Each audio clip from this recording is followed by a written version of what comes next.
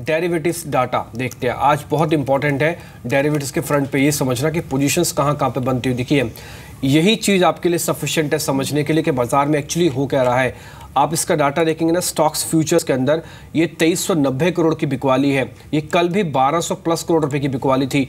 5000 करोड़ रुपए के stocks futures को बेचा गया।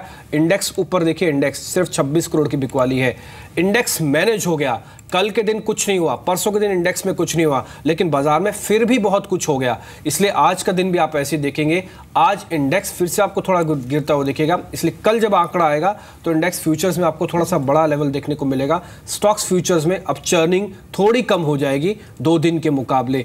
9000 अहम सपोर्ट है, यहाँ पे आके रुक जाएगा। इंडेक्स ऑप्शंस ये बता रहा है कि फिलहाल चिंता की कोई बात नहीं है, 9000 सस्टेन कर जाएंगे, क्योंकि बड़ा सेलिंग का आंकड़ा यहाँ से नहीं आया, क्योंकि डायरेक्शनल अप्रोच ही देता है। तेजी से आगे बढ़ते हैं। निफ्टी का फ्यूचर्स देख लीजिए, यहाँ पे फ्रेश शॉर्ट्स बनते हुए दिखे।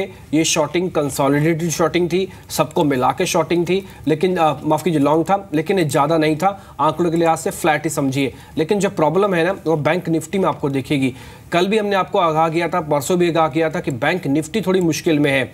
कल बहुत मुश्किल से अपने आप को 21000 के लेवल को बचा रहा था। कल आप देखें इंडेक्स बच गया, बैंक निफ्टी में अनवाइंडिंग आ गई। 72 अंकों का नुकसान था, 1.5% का ओआई घट गया। इसका मतलब है कि अभी भी बैंक निफ्टी कल्प्रिट है, लेकिन ये भी सपोर्ट दे देगा। लेकिन ये 20800 तक हो सकता है चला जाए। 9200 की कॉल, इस कॉल को अगर आप देखेंगे फ्रेश शॉर्टिंग हुई है, कन्विक्शन पूरी कम हुई है। आज तो टूट ही जाएगी कन्विक्शन, इसलिए ये कॉल भी ट्रेड करने के लिए बेहतर हो गई है। जिन्होंने शॉर्ट किया होगा इस कॉल को, वो शायद फायदा उठा पाएंगे अब इसका। लेकिन ये किसी भी डिप में अगर आप इस कॉल को प्लस भी कर सकते हैं तो ये कॉल आपके लिए अच्छा ट्रेड भी बन जाएगा। 9000 की पुट, इस पे अनवाइंडिंग है। इसका मतलब ये है कि 9000 की पुट से अब धीरे धीरे लोग बाहर आ रहे हैं।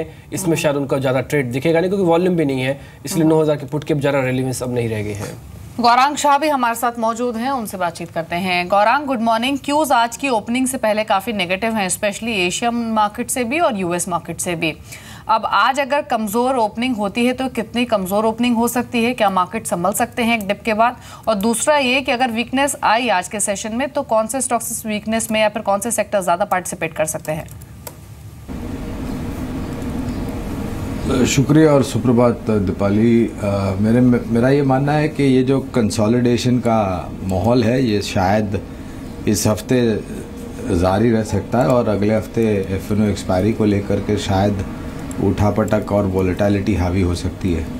मेरा मानना है कि जिस तरीके से हमने बढ़त देखी है उस लिहाज से अगर आप देखने जाए तो करेक्शन को इतनी बड़ी मात्रा में ना तो आया है ना तो आएगा, और अगर कोई भी गहरा करेक्शन आता है तो मेरे ख्याल से हर एक निचले स्तर पर आप खरीदारी आते हुए देखेंगे। Autos, private sector banking, selective public sector banks, कल हमने फार्मा में अच्छी खासी पिटाई होते हुए दिखी, जो डीवीज़ लेबॉरेटरीज़ और डॉक्टर रेड्डीज़ में खबर आई उसको लेकर के। तो फार्मा में हम मौके ढूंढते हैं, और ऑटो एंसिलरी, सीमेंट और स्टील धातु, ये ब्रॉडली मेरे ख्याल से कुछ क्षेत्र हैं जहाँ पर दिग्गजों को मैं पहले ध्यान रखते हुए निवेश की राय होगी। ये पर्टिकुलर शेयर्स है और सेगमेंट एक्चुअली जहाँ पे आप किसी भी डिप में खरीदारी कर सकते हैं। यही मार्केट आपके एक चिंता का कारण भी था। ले बहुत महंगा हो गया है, लेकिन आज बाजार थोड़ा सस्ता कर रहा है, सेल लगा रहा है, तो आप चाहे तो कुछ एक शेयर ढूंढ भी सकते हैं, चुन भी सकते हैं। चलिए अब आगे बढ़ते हैं, कुछ एक ऐसे शेयर्स देख लेते हैं जिनमें कहीं ना कहीं न्यूज़ फ्लो है। उसमें अगर आप देखेंगे तो सबसे पहला जो एक शेयर होगा उसमें सीमेंट टायर कंपनीज, माफ़ कीजिए, ये काफ़ी तेज़ी से ऊपर चली हैं। एक बार राकेश, किसी भी टायर कंपनीज पर आपका आउटलुक? सीएट, एमआरएफ कल भी पुल बैक देखे थे ये। देखिए डिम्पी, काफ़ी अच्छा टेक्निकल स्ट्रक्चर है। अगर आप एमआरएफ को देखें तो उन्हें हाइस पे स्टॉक ट्रेड कर रहा है, और इस पे से कुछ लेना हो फ्रंट लाइन के अंदर जो एफएनओ के अंदर है, एमआरएफ टॉपिक होगा किसी भी गिरावट में, इसको एक्यूमुलेट करें। अगर कैश स्टॉक्स में किसी को कुछ बाय करना हो तो मुझे लगता है टीवीएस श्री चक्रा एक अच्छा प्ले साबित हो सकता है। जी, टीवीएस श्री चक्रा एक अच्छा प्ले हो सकता है, लेकिन कल ज़्यादातर टायर स्टॉक्स डेरिवेटिव्स में भी एक्टिव थे, जहां पर लास्ट आवर में स्पेशली बाइंग दिखी थी। अब खबरों वाले शेयर्स में सबसे पहले तो आईपीओ अपडेट्स के बारे में बता देते हैं आपको। एक तो डीमार्ट, जिसकी एक स्टेलर लिस्टिंग हुई, एक ब्लॉकबस्टर लिस्टिंग, और कल एक ब्लॉकबस्टर क्लोजिंग भी हुई, 350 रुपये बढ़कर ये बंद हुआ। दूसरा आईपीओ सीएल एजुकेट का है, जो आज बंद होगा। आईपीओ दूसरे दिन करीब 1.25 गुना सब्सक्राइब हुआ, रिटेल पोर्शन करीब 0.40 गुना सब्सक्राइब हुआ। जो प्राइस बैंड है वो इसका 500 से 502 प्रति शेयर के बीच है। एक नया आईपीओ आज ओपन हो रहा है, जो है शंकरा बिल्डिंग प्रोडक्ट्स का।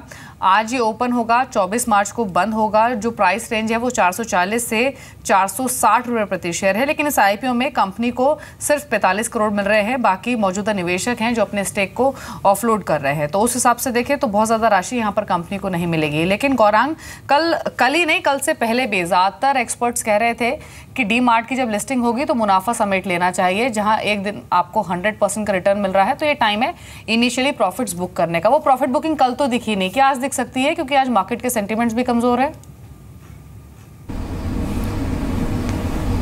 दीपाली, ऐसे नहीं कि प्रॉफिट बुकिंग नहीं देखी, और पहले आधे घंटे में अगर आप देखें तो शेयर खुला करीबन 600-610 के आसपास, और फिर लुढ़का 560 पर, और फिर रिकवर होकर 640 पर बंद दिया। और जिस मात्रा में पहले आधे एक घंटे में वॉल्यूम्स हुए थे, मेरे ख्याल से जिन लोगों ने लिस्टिंग के मुनाफे को ध्यान में रखते हुए पैसे लगाए होंगे, जो चेन्नई का भाग था वहाँ से मेरे ख्याल से कुछ ऑफलोडिंग हुई है। और मैं मानता हूँ कि इस स्तर पर, हालांकि ये भी डिस्क्लोजर है कि आईपीओ में सब्सक्राइब रिकमेंडेशन दी थी, और सोमवार को ही आपके चैनल पर मैंने कवायद दी थी कि अगर लिस्टिंग शानदार होती है तो उस लिहाज से आपको मुनाफा बांधना चाहिए।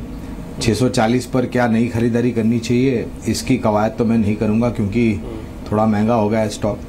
और कई बातें हम बाज़ार में सुन रहे थे कल, जो कि मेरे ख्याल से, मेरे लिहाज से बेबुनियाद है, और अगर करेक्शन आता है तब रीलुक किया जाता है, लेकिन इस स्तर पर नया निवेश मैं करने की राय नहीं दूंगा। ठीक है, अगर हम एनालिसिस भी कर रहे हैं तो गौरांग इसमें ये कह रहे हैं कि इस समय ताज़ा खरीदारी नहीं करनी चाहिए, कोई डिप आए तो फिर से एक बार सोचना चाहिए, लेकिन इस समय वो इस राय पे नहीं देंगे कि वो उस पर खरीदारी के कई रिकॉर्ड बनाए।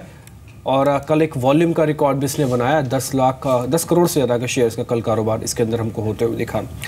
इसके अलावा पूर्वांकरा, कल रेरा की जब खबर आई कि 1 मार्च से होगा ये लागू, तो उसके बाद सभी हमने रियल एस्टेट कंपनीज चलती हुई दिखी हैं। आज बोर्ड से भी एक खबर आ गई है पूर्वांकरा के ही, कि बोर्ड ने निवेश वापस लेने की मंजूरी दे दी है। कर्नाटक में 403 करोड़ प्रोजेक्ट के लिए निवेश को वापस ले लेगी, पहले कर रही थी, अब उसको वापस ले रही है। एक बार पूर्वांकरा का चार्ट देखिए आप राकेश, कितना ठीक लग रहा है आपको? कल अच्छा चला था, खबर दूसरे एंगल से थी लेकिन शेयर प्ले कर रहा था, आज खबर दूसरे एंगल से है। देखिए, एंटायर रियल एस्टेट स्पेस काफ़ी अच्छा लग रहा है डिम्पी, और अधिकतर रियल एस्टेट स्टॉक्स ने एक नीचे से एक अच्छी एक्यूमुलेशन से स्टॉक निकले हैं।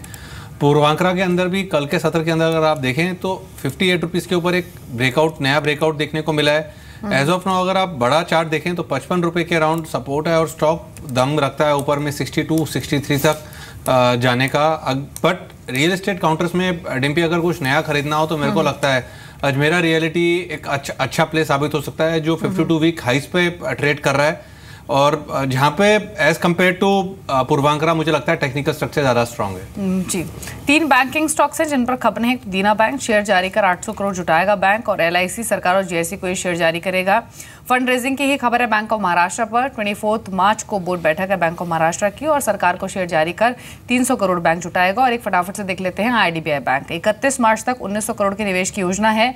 2 फेजेस में ये इन्फ्यूजन होगा, पहले फेज में 1900 करोड़ का और दूसरे फेज में 600 करोड़ का, और सरकार को प्रेफरेंशियल शेयर जारी कर इस रकम का निवेश किया जाएगा।